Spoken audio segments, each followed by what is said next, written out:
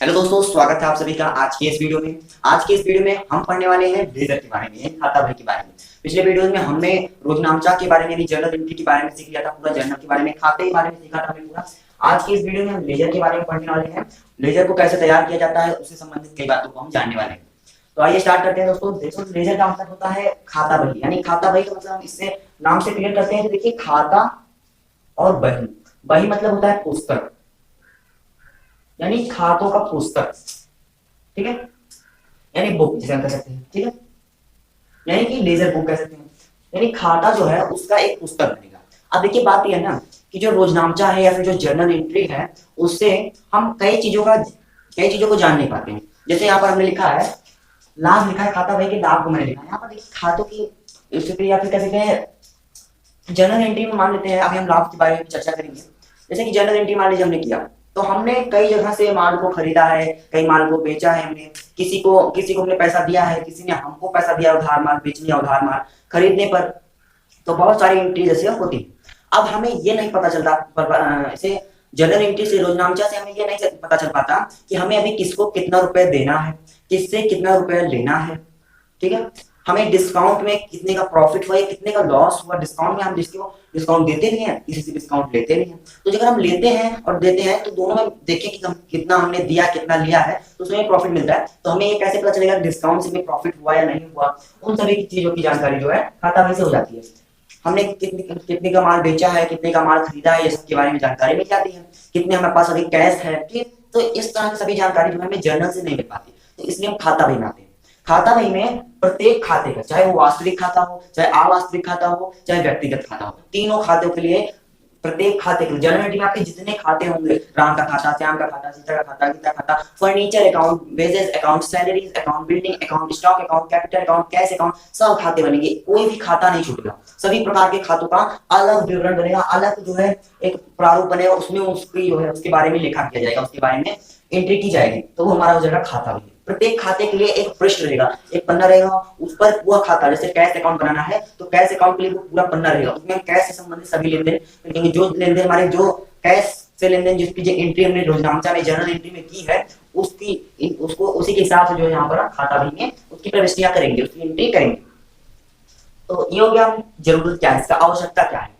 जरूरत यही है कि हमें पता चल जाए कि हमने किसको माल कितने का बेचा है, हमें किससे कितना पैसा लेना है, कितना हमने माल खरीदा है, हमें किसको कितना पैसा देना है, कितना हमें फायदा हो रहा है, कितना हमें नुकसान हो रहा है, वो सब, ठीक है। अभी आप एक बात समझिए, पुस्तक के बारे में आपने पढ़ा होगा। पुस्तक के अंतर्गत रोजनामचा, सहायक बहियां और खाता बही आता है। सहायक बहिया भी आता है, मैं आपको इस खाता बही के जब पूरा खाता बही कंप्लीट हो जाएगा तो अगली वीडियो में जो है सहायक बहियों के बारे में जानेंगे। तो जो पुस्तक पालन है, पुस्तक पालन मतलब बुक कीपिंग, पुस्तकों को रखना या पुस्तकों में लिखना, ठीक है। तो उसके अंतर्गत तीन चीजें आती है, खाता रोजनामचा, खाता बही, सहायक बही, ठीक है। या कहते हैं रोजनामचा, सहायक बही, खाता बही। उसके बाद जो आगे का आता है काम, वो लेखांकन में जाता है, ठीक है। तो लेखांकन के अंदर क्या आता है, तर्पण आता है, फाइनल अकाउंट आता है। फाइनल अकाउंट के अंतर्गत जो आता है आर्थिक चिट्ठा बनाता है, यानी कि बैलेंस शीट बना देता है, लाभ हानि खाता, loss and profit and loss account, ठीक है। इस तरह के कई खाते बनते हैं, ट्रेड अकाउंट यानी व्यापारिक खाता बनता है। तो कई खाते वहां पर बनाए जाते हैं। तो वो जो है ना खाता बही के आधार पे, देखिए एक स्टेप वाइज चल रहे हैं। सबसे पहले हमने क्या सीखा, जर्नल के बारे में सीखा, जर्नल के बारे में। उसके बाद हम सीख रहे हैं लेजर के बारे में, ठीक है। लेजर के बाद हम क्या सीखेंगे, लेजर के बाद हम सीखेंगे ट्रायल बैलेंस। ट्रायल बैलेंस के बाद क्या होगा, हमारा फाइनल अकाउंट, ठीक है, फाइनल अकाउंट। तो मतलब क्या है कि जर्नल एंट्री हमारी पहली सीढ़ी थी लेखांकन के अंदर, हालांकि पुस्तक पालन के अंदर आता है। फिर हम सीखेंगे लेजर, जो कि आज सीखने वाले हैं, फिर ट्रायल बैलेंस, फिर फाइनल अकाउंट। तो ये स्टेप वाइज हम दूसरी सीढ़ी पे पहुंचे, दूसरे कदम पे पहुंचे हैं। अभी देखिए खाता बही बनाने के क्या क्या लाभ है उसको समझ लेते हैं, उसके बाद हम खाता बही बनाने का तरीका सीखते हैं, ठीक है। देखिए इसके लाभ क्या क्या है, खाता बही की, खातों की स्थिति जानना कि किस खाते की क्या स्थिति है, यानी कैश अकाउंट की क्या स्थिति है, परचेज अकाउंट की क्या स्थिति है, राम के अकाउंट की क्या स्थिति है, और उसका कोई है, उसका अकाउंट है, उसके अकाउंट की क्या स्थिति है, कोई अभी किसी को हमने माल बेचा है, सेल्स अकाउंट कैसा चल रहा है, ठीक है। मतलब कि उस खाते की स्थिति के बारे में जानते हैं। ऋणी या ऋणदाताओं का ज्ञान, ऋणदाताओं का ज्ञान होता है हमें कि हमें अभी इनसे इतना पैसा लेना है, ये हमें इस खाता बही से पता चल जाता है। तीसरा है क्रय विक्रय का ज्ञान, हमने कितना माल खरीदा, कितना बेचा है, इन सभी का ज्ञान हो जाता है हमें खाता बही से। लाभ हानि का ज्ञान, हमें कितना लाभ हुआ, कितना हानि हुआ, इससे हमें ज्ञात हो जाता है खाता बही से। हिसाब किताब की जांच, हम हमारे सारे हिसाब किताब जो हमने कितने का माल किसको बेचा, कितने का हमें कितना पैसा मिला, कितना डिस्काउंट दिया, किसके हमने माल खरीदा और कितना हमें डिस्काउंट मिला है, ये सब जानकारी जो हिसाब किताब जो खाता वैसे हो जाता है। आर्थिक स्थिति की ज्ञान, व्यवसाय के आर्थिक स्थिति की ज्ञान हो जाता है कि व्यवसाय का जो आर्थिक स्थिति अभी चल रहा है वो कैसा है। वैधानिक प्रमाण, और हमारे पास एक लीगल जो है प्रमाण हो जाता है, वैधानिक प्रमाण हो जाता है कि हमने जो है इस तरह ये लेन देन किए हैं और ये वैधानिक, मतलब कि हमारे पास एक प्रूफ हो जाता है, लीगल प्रूफ हो जाता है कि हमारे पास जो है हमने इतने का माल खरीदा है, इतने का बेचा है, हमारे पास इतना कैश है, इतना स्टॉक है, सबकी जानकारी हमें मिल जाती है। कहीं भी हमारा कोई मामला फंसता है तो हम लीगल को दिखा सकते हैं, जर्नल एंट्री को दिखा सकते हैं कोर्ट में जाकर के, ठीक है। तो ये हो गया दोस्तों हमारा खाता बही का लाभ हो गया। तो अभी और भी लाभ है, 10 लाभ थे, मैंने यहाँ पर साथ ही लिखे, कुछ मेन में जो यहाँ पर लिख दिया मैंने, ज्यादा टाइम लगेगा, ठीक है। अभी हम आगे बढ़ते हैं। देखिए आगे बढ़ने से पहले हम समझते हैं कि जनरल एंट्री खाता बही का प्रारूप क्या होता है। जैसा कि हमने जर्नल एंट्री में देखा था, जर्नल एंट्री का एक प्रारूप होता है, उसी प्रारूप के अंतर्गत हमें लेन देनों का एंट्री करना, लेन देनों का प्रविष्टियां करना रहता था, ठीक है। तो यहाँ पर सर क्या प्रारूप है, इसको आइए समझते हैं।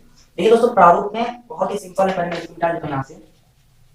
देखिए यहाँ पर प्रारूप से बहुत ही सिंपल यहाँ पर है, यहाँ पर 2 खाने में विभाजित किया जाता है। मैं छोटा सा पहले बना के आपको दिखा रहा हूँ। मान लीजिए आपका ये पेज है, ठीक है, तो इसमें ना हम इसे 2 भागों में बांट लेते हैं इस प्रकार से। मान लीजिए छोटा सा बनाओ, ठीक है, छोटा सा पेज है और इसमें हमने 2 भागों में विभाजित कर दिया। एक साइड हो गया हमारा डेबिट का, एक साइड हो गया हमारा क्रेडिट का, ठीक है, एक साइड डेबिट का, एक साइड क्रेडिट का। अब इसके अंतर्गत हम लाइन खींचेंगे। पहला लाइन होगा हमारा डेट का, क्योंकि हम सभी जो है लेन देन डेट वाइज करते हैं। उसके बाद हमारा होगा पर्टिकुलर का, इसमें हम विवरण लिखेंगे, खाते के नाम लिखेंगे जो खाते में यहाँ पर लिखे हैं।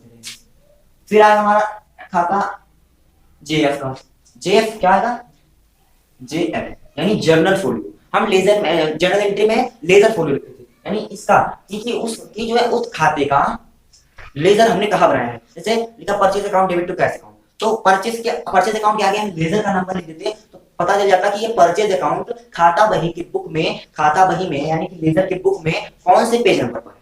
अब हम यहाँ पर लिखेंगे लेजर नंबर कि हमने किस जर्नल से ये लिया है, किस जर्नल से पेज से लिया है, ठीक है, ये पता चलेगा। और ये वाला अमाउंट जो रहेगा ये हो गया हमारा अमाउंट का, ये हो गया हमारा एलएफ जेएफ का, ये हो गया पर्टिकुलर का, और ये हो गया हमारा डेट का, ठीक है। सेम इधर भी बनेगा, ये आ जाएगा डेट का, ये आ जाएगा पर्टिकुलर का, ये आ जाएगा जेएफ का, और ये आ जाएगा अमाउंट का। सेम वही खाना बनेगा, date particular JF amount, date particular JF amount. कुल मिलाकर के 8 खाने रहेंगे जो मैंने आपको एक्सप्लेन कर दिया कि इसमें हम क्या करेंगे। इस अमाउंट पे वही अमाउंट लिखेंगे जो इधर का रहेगा, मतलब कि इस अमाउंट के कॉलम में हम इधर जो पर्टिकुलर लिखेंगे इसका अमाउंट इसमें लिखते हैं। तो सिंपल है, तो ये तो लॉजिकल है कि समझ जाएंगे, ठीक है। तो अब आइए मैं इसको पूरा मिटा देता हूं और आगे मैं आपको पूरा समझाता हूं। अब दोस्तों यहाँ पर मैंने एक सवाल ले लिया यहाँ पर, और इस सवाल जो जर्नल एंट्री का सवाल है, इस जर्नल एंट्री को हम करेंगे, नहीं जर्नल एंट्री को नहीं करेंगे, मतलब कि जर्नल एंट्री से खाता बही करेंगे। एक बात मैं आपको बता देता हूँ कि जब हम जर्नल एंट्री से खाता बही में, जर्नल एंट्री से समझिए, जर्नल एंट्री से खाता बही बनाते हैं, खाता बही यानी लेजर जब बनाते हैं, तो ये जो प्रक्रिया बनाने की ना, इसे हम कहते हैं पोस्टिंग, पोस्टिंग यानी खतौनी करना, यानी कि खतौनी करना, ठीक है। खतौनी का नाम आपने जरूर सुना होगा, अपने घर की खतौनी के बारे में, खेती खतौनी घर में जो सुना होगा, ठीक है, वही चीज होता है। यहाँ पर भी में प्रत्येक खाते का विवरण रहता है। वहां पर लेखापाल के पास जाएंगे, लेखापाल के पास, तो वहां पर जो है उसके पास ही खतौनी रहती है, उसके पास सबके खेतों का हिसाब किताब, किसके पास कितना खेत है, कहाँ है, किस तरह से है, सब कुछ जानकारी होता है, ठीक है। तो वही चीज यहाँ पर पोस्टिंग यानी खतौनी। जर्नल एंट्री को जब हम खाता में परिवर्तित करते हैं, जो परिवर्तन करने की जो प्रक्रिया होती है उसे पोस्टिंग कहते हैं, खतौनी कहते हैं, ठीक है। अभी ध्यान दीजिए, जर्नल एंट्री है, मैं आपको एक बार बोल देता हूँ, आप सुन लीजिए, समझ लीजिए, लिखना चाहे तो लिख लीजिए। मैं यहाँ पर कर रहा हूँ, आपको ये वाला एंट्री स्क्रीन पर दे दूंगा, ठीक है, और एक बार दे रहा हूँ अभी, ठीक है। उसके बाद फिर हम जो इसका जर्नल एंट्री मैंने किया है, उस जर्नल एंट्री को मैं आपको स्क्रीन पर दे रहा हूँ। अब उसी जर्नल एंट्री के हिसाब से हम जो है आगे लेजर बनाएंगे, ठीक है, आगे जो लेजर यहाँ पर हम बनाएंगे। तो पहला है 20,000 का नगद माल खरीदा, 20,000 का नगद माल। पहले राम ने 2 लाख नगद से व्यापार, ऊपर से ध्यान दीजिए, राम ने 2 लाख नगद से व्यापार प्रारंभ किया, राम ने 2 लाख रुपए नगद से व्यापार प्रारंभ किया। इसका एंट्री जानते हैं, cash account debit to capital account. दूसरा है 20,000 का नगद माल खरीदा, 20,000 का नगद माल खरीदा, purchase account debit to cash account 20,000। 5,000 का फर्नीचर खरीदना, furniture account debit to cash account 5,000 का। 15,000 का नगद बिक्री, cash to sales, cash account debit to sales account 15,000। 5,000 का रहीम को माल बेचा, Rahim account debit to Rahim to माल बेचा sales account, Rahim to sales account. 1500 मजदूरी दी, wages account debit to cash account. 3000 वेतन दिया, salary account debit to cash account. अब जितने भी खाते यहाँ पर बने, मैंने कहा cash account debit to capital account, तो कैश का भी बनेगा, कैपिटल का भी बनेगा। अगला मैंने कहा श्याम से 20,000 का नगद माल खरीदा, purchase account debit to cash account, तो यहाँ पर भी कैश है, इसका भी बनेगा। परचेज है, परचेज का भी बनेगा, बस अलग अलग बनेगा। अब मैं आपको यहाँ पर विस्तार से समझाता हूँ। सबसे पहले देखिए, जब भी हम शुरू करते हैं तो पहले लिख लेते हैं किसका जो हम जर्नल एंट्री कर रहे हैं, किस व्यक्ति का, ठीक है, तो उस व्यक्ति का नाम लिखते हैं। तो यहाँ पर लिख लेंगे राम का है, तो journal entry in the book of Ram, journal entry लिखेंगे। अब यहाँ पर हम कौन सा खाता बना रहे हैं उसको भी यहाँ पर हम लिखेंगे। पहले यहाँ पर कॉलम बना रहे हैं, छोटा छोटा बनाएंगे, इसमें सोचना हूँ मैं कंप्लीट हो जाए, नहीं होगा तो आपको समझाना है, तो है क्या आगे में इसकी प्रक्रिया करना नहीं है। इसे मैं 2 भागों में यहाँ पे करते हैं, ठीक है।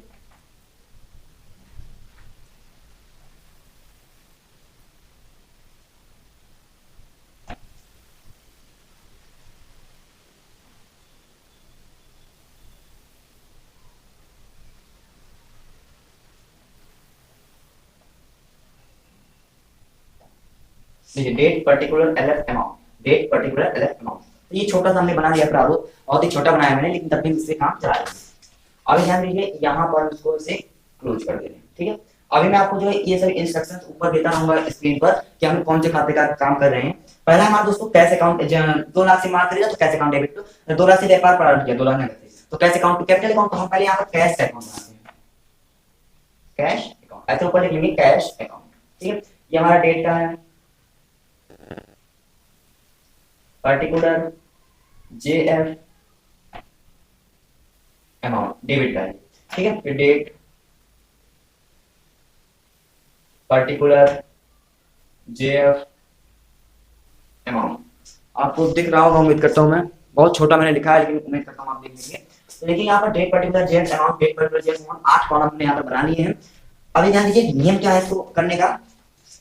हमारा entry cash account to capital account, आप स्क्रीन पर देखिए, cash account debit to capital account, cash account debit, यानी जो कैश का खाता है वो डेबिट है, कैश का अकाउंट जो है डेबिट है, कैश अकाउंट डेबिट। ध्यान दीजिए जो खाता हम बना रहे हैं उसको तो हमने ऊपर लिख दिया, अब वो खाता उस बुक का, इस बुक का हेड हो गया। अब कैश जो है ना, कैश बना रहे हैं ना, जो कैश है ना ये इस बीच में कहीं आना नहीं चाहिए, नहीं तो गलत हो जाएगा।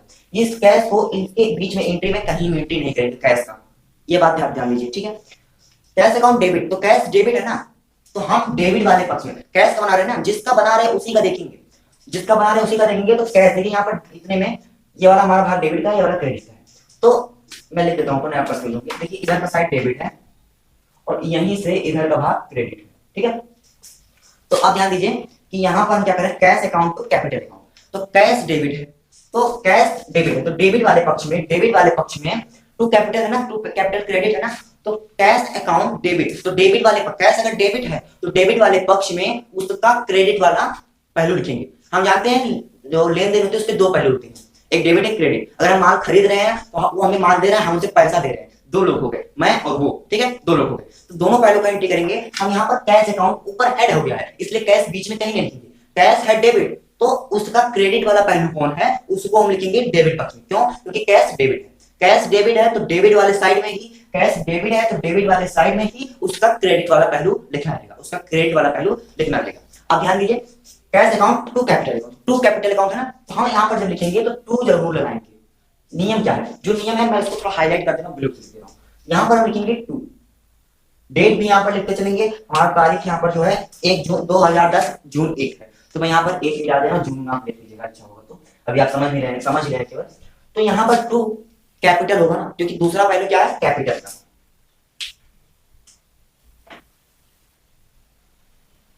कैपिटल, ठीक है। उम्मीद करता हूं आपको दिख रहा होगा जी, capital to capital, to capital. अगर ध्यान दीजिए ये हो गया। अब अमाउंट कितना है, 2 लाख का अमाउंट है।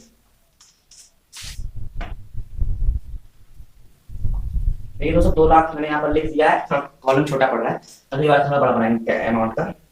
अब अगली एंट्री क्या है, परचेज अकाउंट डेबिट, 20,000 का नगद माल खरीदा, यानी purchase account debit to cash account. अब ध्यान दीजिए कैश क्या है, purchase account debit to cash account, screen पर आप देखते रहिए, purchase account debit to cash account, debit to cash account, to लग गया, यानी कैश जो है क्रेडिट है। जर्नल एंट्री में कैश, इस वाले लेन देन में कैश क्या है, क्रेडिट है, तो क्रेडिट है, कैश क्रेडिट है, क्रेडिट वाले पक्ष में, क्रेडिट वाले पक्ष में उसका डेबिट वाला पहलू लिखेंगे, उसका डेबिट वाला पहलू लिखेंगे। तो क्या है, purchase account debit, purchase account debit यही लिखता हूं मैं, purchase account debit to cash account. तो ये कैश है ना, ये कैश, परचेज डेबिट है और कैश क्रेडिट है। तो इस क्रेडिट वाले पक्ष, कैश क्या है, क्रेडिट है, कैश क्या है, क्रेडिट है। तो क्रेडिट वाले पक्ष में, क्रेडिट वाले पक्ष में परचेज का, परचेज को लिखेंगे डेबिट वाले पक्ष में, यानी क्रेडिट वाले पक्ष में कैश क्या है, क्रेडिट, तो क्रेडिट पक्ष में डेबिट वाला पहलू लिखेंगे, उसका दूसरा पहलू लिखेंगे। क्रेडिट के पक्ष में उसका दूसरा पहलू, कैश का दूसरा पहलू लिखेंगे। तो कैश का यहाँ पर दूसरा पहलू क्या, परचेज है, परचेज, ठीक है, परचेज होगा। तो परचेज को यहाँ पर हम लिखेंगे। नियम यहाँ पर क्या है, हाईलाइट करता हूं मैं, यहाँ पर हम उस खाते को, जो खाता यहाँ पर लिखना है उसको लिखने से पहले लिखेंगे बाय, बाय, ठीक है, द्वारा, बाय परचेज। परचेज कितने का है, 20,000 का है,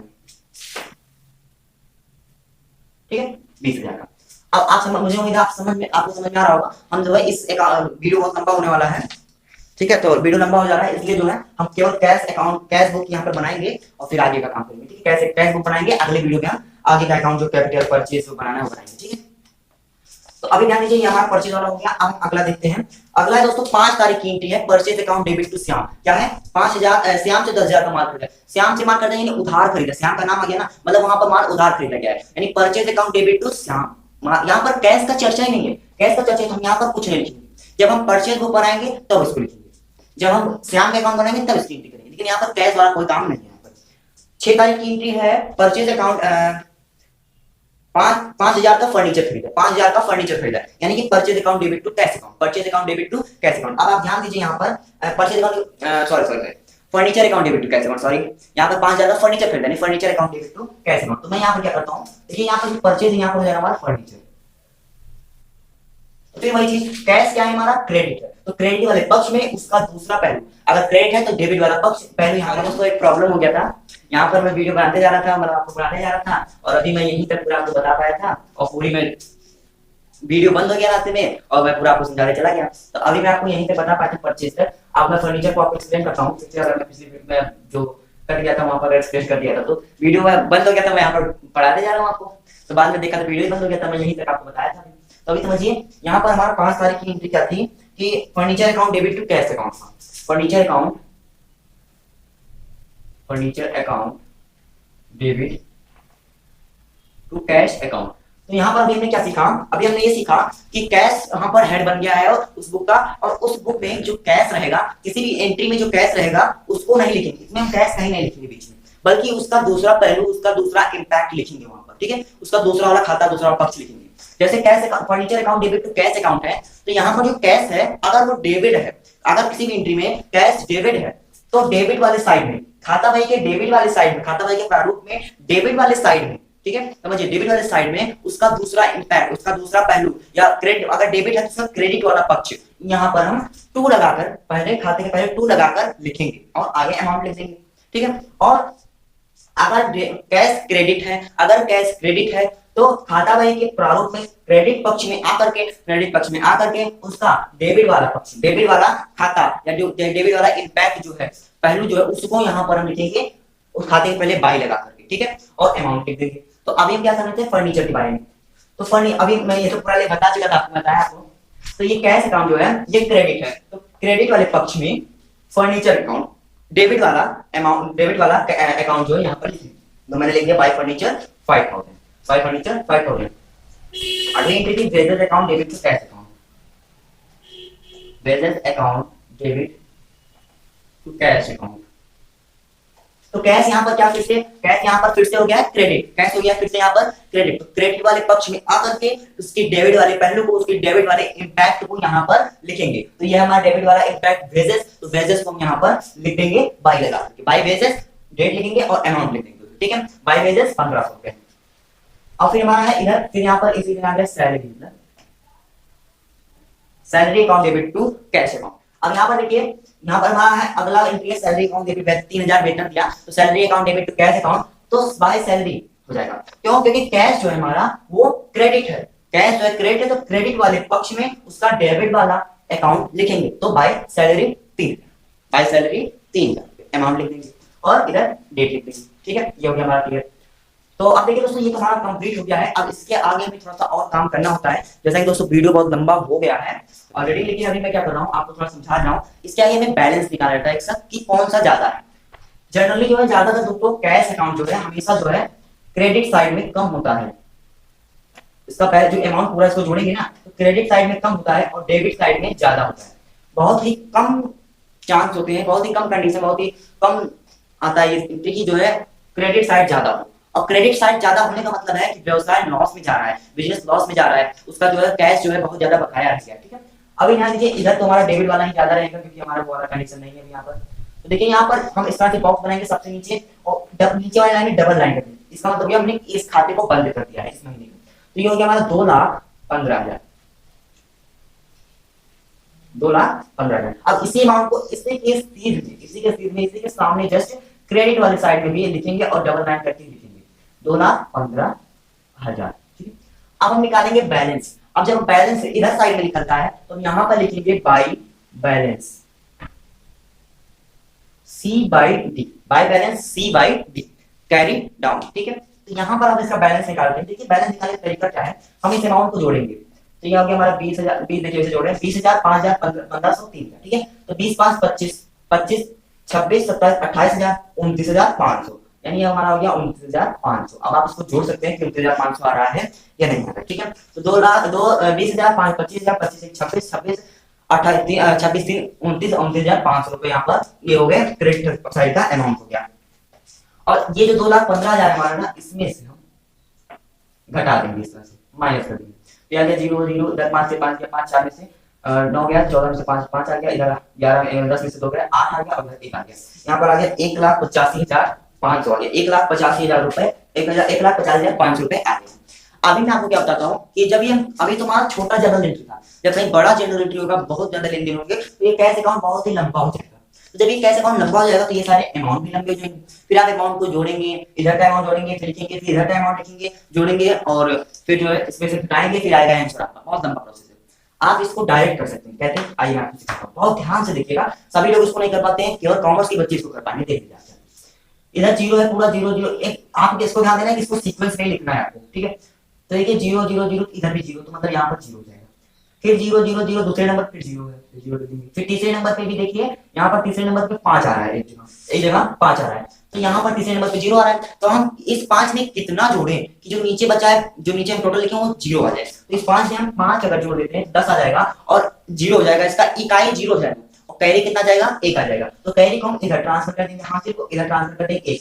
अब हम इसको जोड़ते हैं 3, 1, 4, 1, 5, 5, 5, 10, 10 के 0, 10 के 0, लेकिन हमें लाना है इकाई का यहाँ पर 5, तो हम इसमें 5 जोड़ देंगे ताकि 15 हो जाए। इधर हम लिख देंगे 5 और अब हासिल आ गया 1 और इधर इसको ट्रांसफर कर देंगे, तो ये हो जाएगा हमारा 2 और 1 3, इधर हो जाएगा 3 और हमें यहाँ पर लाना है 21 या 1 लाना है, 3 है ना, 1 लाना है। तो ठीक है, इकाई का 1 लाना है, तो 3 हमारा यहाँ पर 2 और 1 हासिल आया, तो 3 हुआ था। तो हम यहाँ पर जोड़ते हैं 4, 5, 6, 7, 8, 9, 10, 11, 8 लिखेंगे तो हमारा इकाई का अंक 11 हो जाएगा। तो हम यहाँ पर लिख देंगे 8 और बचा 1 हासिल, तो हम इधर लिख देंगे बचा क्या, फिर हम उसको 18 ही लिखेंगे यहाँ पर। ठीक है, तो ये हमारा 1,55,000, 1,85,500 रुपए। यहाँ पर देखिए एकदम सिंपल 1,85,500, देखिए ये ऐसे रहेगा 1,50,000। हमने इस तरह का कोई काम नहीं किया, आंसर हमारा वही आ गया। बहुत ही सिंपल है, बहुत ही सिंपल है। ठीक है, बहुत आसान है, बस आपको देखना है कि ऊपर से जोड़ रहे हैं और नीचे जो इकाई का अंक आ रहा है या नहीं आ रहा है, तो कितना जोड़ देके इसमें आ जाए। ये आपको ध्यान देना है कि आपको 1 से लेकर के 9 तक ही जोड़ना है, 10 या 15, 20 नहीं जोड़ना है, 9 तक ही जोड़ना है। ठीक है, तो अब ये दोस्तों हम अगले वीडियो में कैश बुक के आगे जो हमारा अगली एंट्री देखी, पहली एंट्री क्या थी, cash account debit to capital account, तो हमने कैश अकाउंट बना लिया। अब हम बनाएंगे कैपिटल अकाउंट। आइए दोस्तों क्या करते हैं, बहुत लंबा तो वीडियो हो गया है, आइए एक और अकाउंट कैपिटल अकाउंट यहाँ पर आते हैं फटाफट। बहुत छोटा सा कैपिटल अकाउंट होता है। यहाँ पर देखिए ये हो गया date particular LF amount, date particular LF amount. ठीक है, छोटा सा हमारा date particular JF amount, date particular JF amount. देखिए डेट में हम क्या क्या लिखेंगे, हमारा 1 तारीख का था, यहाँ पर 1 तारीख लिखेंगे। ध्यान दीजिए cash account debit to capital account हमारा, cash account debit to capital account है। Cash account debit to capital account, तो cash account debit to capital account, मान लीजिए कैश क्या है, डेबिट है, तो हमें यहाँ पर कैश का नहीं बनाना है, कैपिटल का बनाना है। कैपिटल हो गया है हेड, ध्यान दीजिएगा, कैपिटल हो गया है अब हेड, ठीक है। तो यहाँ पर कैपिटल हो गया है, तो देखिए यहाँ पर कैश कैपिटल हो गया, तो कैपिटल क्या है, क्रेडिट, कैपिटल है क्रेडिट, तो क्रेडिट वाले पक्ष में यहाँ पर ध्यान दीजिए, यहां से यहां तक का जो है क्रेडिट है और इधर ये डेबिट, ठीक है। तो कैपिटल क्या है, क्रेडिट, तो क्रेडिट वाले पक्ष में एक बार मैं फिर से देख लेता हूं कहीं बंद तो नहीं हुआ।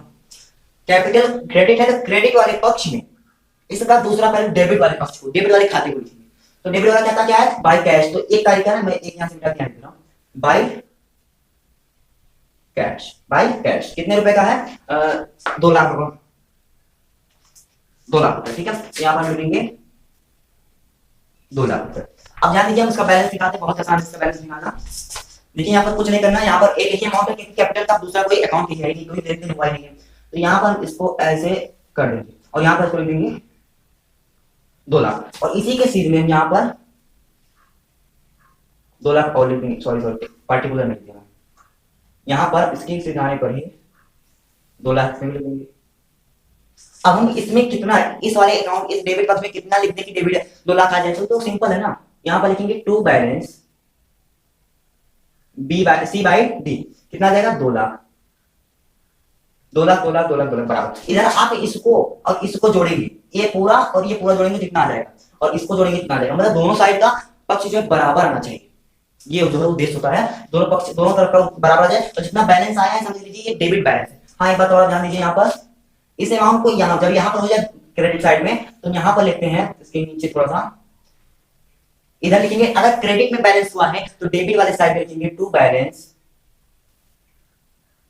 B by D, B by D कितना अमाउंट है हमारा 1,85,500 रुपए, वही अमाउंट जो है यहाँ पर लिख देंगे। अगर आपको दिख नहीं रहा हो 1,85,500 तो आप ध्यान दीजिए, यहाँ पर 1,50,500 रुपए होगा, ठीक है। तो अभी उम्मीद करता हूँ आपको पूरा समझ में आ गया। अगली वीडियो में कैश अकाउंट कैपिटल अकाउंट के अगली वीडियो में इसके आगे से करेंगे, तो मिलते हैं अगली वीडियो में। अगली वीडियो के लिए आप चैनल सब्सक्राइब कर सकते हैं। अगर ये पूरा मैंने आपको एक्सप्लेन किया समझ में आ गया हो तो वीडियो को तुरंत कीजिए लाइक, और दोस्तों में तुरंत कीजिए शेयर, ताकि वो भी पढ़ सकें और आपके साथ रह सकें। दोस्तों मिलते हैं अगली वीडियो में, धन्यवाद वीडियो पूरा देखने के लिए, जय हिंद।